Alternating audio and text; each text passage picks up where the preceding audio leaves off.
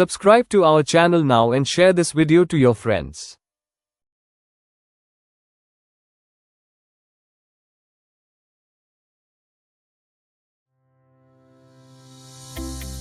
तो एआई हमारी दुनिया को ना बहुत तेजी से बदल रहा है, पर सवाल यह है कि क्या हम इसके लिए तैयार हैं? देखिए, ये सिर्फ कोई टूल नहीं है, ये एक जबरदस्त ताकत है और कहते हैं ना, बड़ी ताकत के साथ बड़ी जिम्मेदारी भी आती है। तो आइए इस विश्लेषण में समझते हैं कि हम इस टेक्नोलॉजी का इस्तेमाल समझदारी और नैतिकता के साथ आखिर कर कैसे सकते हैं। तो चलिए सीधे मुद्दे पर आते हैं। जरा एक पल के लिए इस सवाल पर सोचिए, क्या हम चाहेंगे कि हमारी जिंदगी का कोई बड़ा फैसला, मान लीजिए नौकरी का हो या लोन का, कोई मशीन करे? सच पूछिए तो ये एआई की दुनिया के सबसे बड़े नैतिक सवालों में से एक है। देखिए, मामला इतना सीधा साधा है नहीं जैसा लगता है। हाँ, एक तरफ तो यह है कि एआई जज शायद ज्यादा निष्पक्ष और तेज हों, बिल्कुल, लेकिन दूसरी तरफ एक बहुत बड़ा सवाल खड़ा होता है, क्या वो इंसानी भावनाओं को समझ पाएंगे? और उससे भी बड़ा सवाल, जिस पुराने डेटा से वो सीख रहे हैं, कहीं वो उसी डेटा में छिपे पक्षपात को और ज्यादा बढ़ावा तो नहीं दे देंगे? तो चलिए अब कुछ असल दुनिया के एग्जाम्पल्स देखते हैं, ऐसी कहानियां जहां अच्छे इरादों के बावजूद एआई गलत रास्ते पर चला गया। ये केस स्टडीज हमें एआई की नैतिक चुनौतियों को ना और बेहतर ढंग से समझने में मदद करेंगी। तो हमारी पहली केस स्टडी है Amazon के एक एआई हायरिंग टूल की। अब देखिए, इसे बनाया तो अच्छी नीयत से गया था, लेकिन इसने अनजाने में ही एक बहुत बड़े पक्षपात को जन्म दे दिया। तो सवाल ये है कि ये हुआ कैसे? हुआ यूं कि Amazon ने एक एआई बनाया जिसे पिछले 10 सालों के रेज्यूमे से सिखाया गया था, लेकिन प्रॉब्लम क्या थी? उस पुराने डेटा में ज्यादातर टेक्निकल नौकरियों के लिए पुरुषों को ही चुना गया था। तो नतीजा, एआई ने बस यही सीख लिया कि भाई पुरुष उम्मीदवार ही बेहतर होते हैं, और उसने महिलाओं के रिज्यूमे को अपने आप ही रिजेक्ट करना शुरू कर दिया।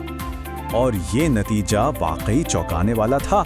एआई ने बस ये सीख लिया कि नौकरी के लिए पुरुष ही बेहतर हैं। इससे कोई फर्क नहीं पड़ता था कि महिला उम्मीदवार कितनी भी काबिल क्यों ना हो। ये एक परफेक्ट एग्जाम्पल है कि कैसे एआई हमारे समाज में पहले से मौजूद भेदभाव को अनजाने में और भी ज्यादा गहरा कर सकता है।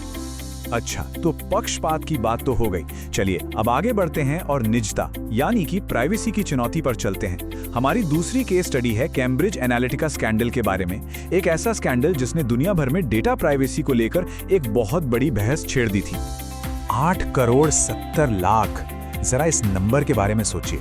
ये संख्या इतनी बड़ी है कि इसे समझना भी मुश्किल है। इतने सारे लोगों का फेसबुक डेटा उनकी इजाजत के बिना, उनकी जानकारी के बिना ले लिया गया। इससे पता चलता है कि ये डेटा लीक कितना बड़ा और कितना गंभीर था। तो सवाल ये है कि उस डेटा का हुआ क्या?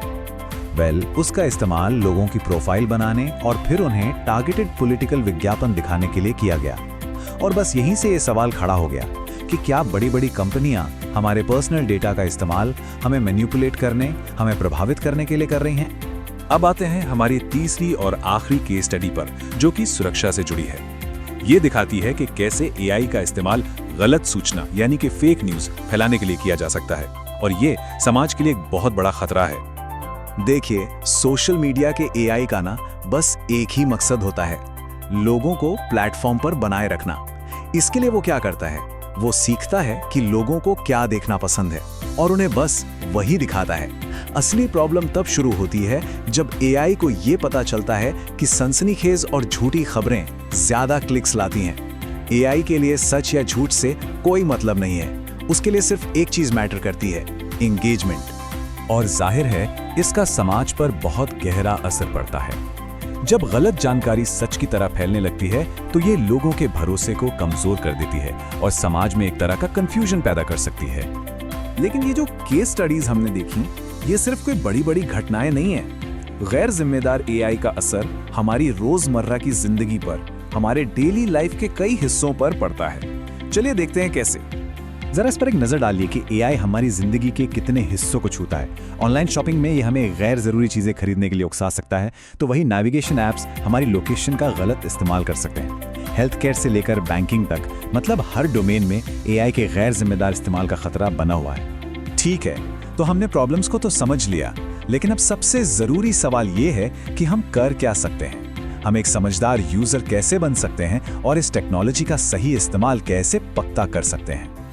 इसका जवाब है एथिकल एआई, मतलब नैतिक एआई। इसका मतलब बहुत सीधा सा है, हमें ऐसे नियम बनाने और मानने होंगे जो ये पक्का करें कि एआई का इस्तेमाल सबके फायदे के लिए हो, किसी के नुकसान के लिए नहीं। तो हमने अब तक क्या सीखा, चलिए फटाफट रिकैप करते हैं। सबसे जरूरी बात है निष्पक्षता। जैसा हमने Amazon के केस में देखा, हमें पक्षपात और प्राइवेसी जैसे रिस्क को समझना होगा, जैसा कैम्ब्रिज एनालिटिका ने हमें दिखाया। एआई को डाइवर्स डेटा से ट्रेन करना बहुत जरूरी है ताकि वो पक्षपाती न बने। और हाँ, सबसे आखिर में हमारे पर्सनल डेटा की सुरक्षा, वो तो हर हाल में होनी ही चाहिए।